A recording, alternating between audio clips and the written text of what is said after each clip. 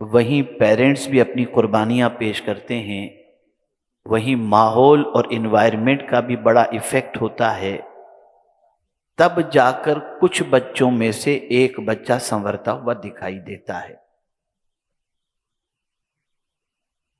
لیکن آپ اندازہ لگائیں، آج کے دور کے اندر وسائل کی کمی نہیں،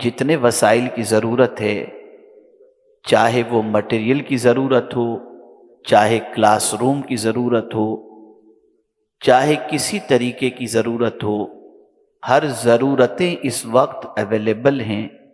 اور اسی کے ساتھ ساتھ آپ دیکھیں، اگر کسی کو